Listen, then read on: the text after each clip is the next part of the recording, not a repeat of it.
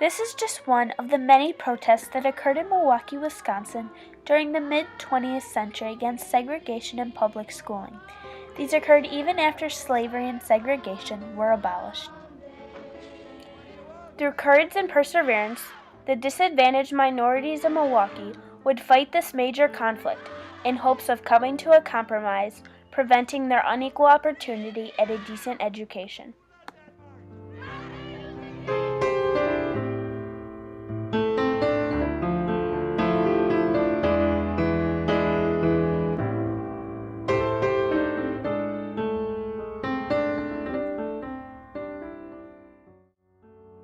Throughout history, African Americans have frequently been discriminated against, even in America, a country claiming to be free and to offer equality for all races and religions.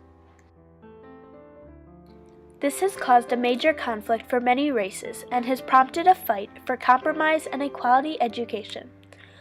Milwaukee, Wisconsin, named America's most segregated major city according to WITI News, has historically been known to have incredibly segregated public schools.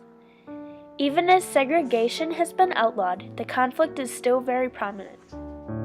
However, many brave people throughout Milwaukee have come forward to put up a fight for equality in hope of coming to a compromise and equal education for all students, no matter their skin color, ethnicity, or religion.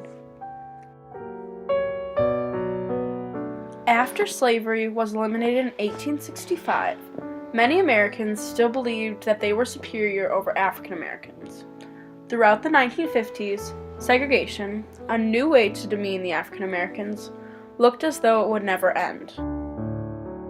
Many African Americans seeking freedom fled to the North in hope of finding a home where all races were accepted and treated with equality. In the 1960s, there was a large influx of African Americans gathering in Milwaukee.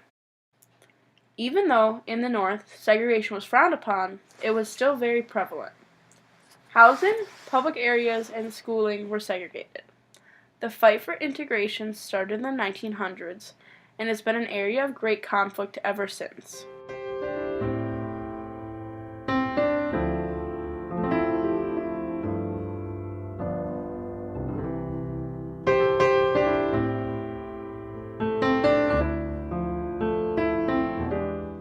Throughout the United States, court cases were being opened, fighting for equal rights to education. Finally, on June 17, 1965, the Amos et al. Versus Board of School Directors of the City of Milwaukee case was presented, and the outcome of this one case changed Milwaukee schooling forever. Throughout the 1900s, the Wisconsin Department of Public Instruction used forms of standardized testing to determine the amounts of students who could be identified as having high potential or who were mentally gifted. The number of students who were mentally gifted was significantly higher if you take only students who were white. Many students of color who were capable of having highly successful careers were unable to achieve their potential due to the poor teaching and discrimination throughout their school districts. As these schools began to become overcrowded, the board adopted a system known as intact busing. This practice began in the early 1950s and was built on the very foundations of segregation. Intact busing took whole classes, including the teachers, to less crowded schools. The students would go to classes in their normal schools in the morning, and then would be bused to different schools in the afternoon. The classes would be put together instead of mixing them in with other students from the school. All students were bused intact, but an outstanding majority of those were students of color. This is what caused influential people to get involved in the fight for equality in Milwaukee public schooling.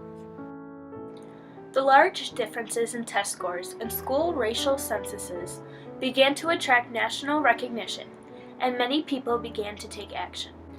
In one of Dr. Martin Luther King Jr.'s trips to Milwaukee, the subject of his speech was the lack of diversity throughout Milwaukee as a whole and their school system. King reiterated the fact that he and his counterparts were not satisfied with the level of respect that they were receiving and would fight for their equality.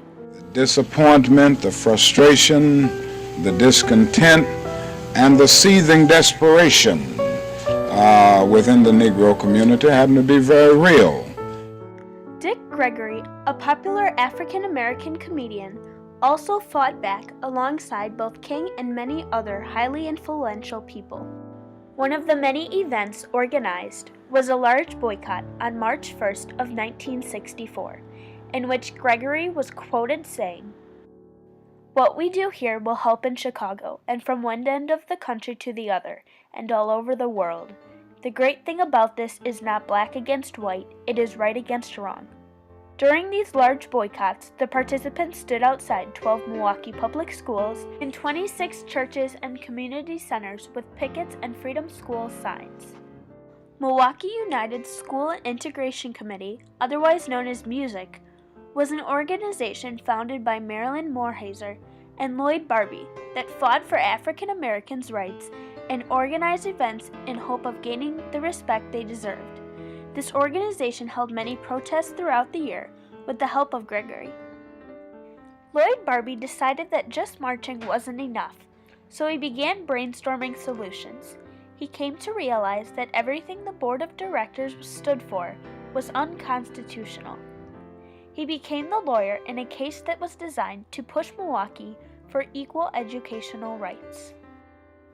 After the case was assigned, the board claimed that the segregation of the schools was due to the fact that the neighborhoods were mainly African American or mainly white. Although some of the school segregation was the result of neighborhood segregation, some of it came from intact busing. The school board tried to use this to alleviate the problem of overcrowding, but ultimately failed and caused segregation to subsequently worsen. Barbie thought that only allowing students to go to their neighborhood school and how the board was trying to keep that intact was an infraction of the Constitution. Federal Judge John Reynolds decided that he, quote, concluded that segregation exists in the Milwaukee public schools and that this segregation was intentionally created and maintained by the defendants, unquote. The board refused to put a plan for integration into action. The case then made its way to the Supreme Court, where Judge Reynolds' ruling was confirmed and a plan for integration of the schools was formed. Unfortunately, segregation has not been completely obliterated, and many African American students still persevere through intense struggles when fighting for rights. Even when the case was newly closed, the plan to integrate was flawed. According to the Milwaukee Journal-Sentinel, quote, the racial integration plan that was implemented over several years was largely focused on trying to make a group of magnet schools attractive enough that both white and black children would enroll, unquote. These magnet schools help bring more integration into Milwaukee, but some people forget that schools that were not considered magnet schools are still extremely segregated. The students that go to these schools have been forgotten, and this has caused great strife for them. The brave advocates for African Americans in Milwaukee are still fighting this major conflict in hopes of finding a compromise for total racial integration throughout the public school system. Seeing how far we have come has encouraged these courageous individuals to keep fighting for African American youth. When people in the future look back at this conflict, they will see many amazing individuals who hope to bring more compromises and even better education for all students.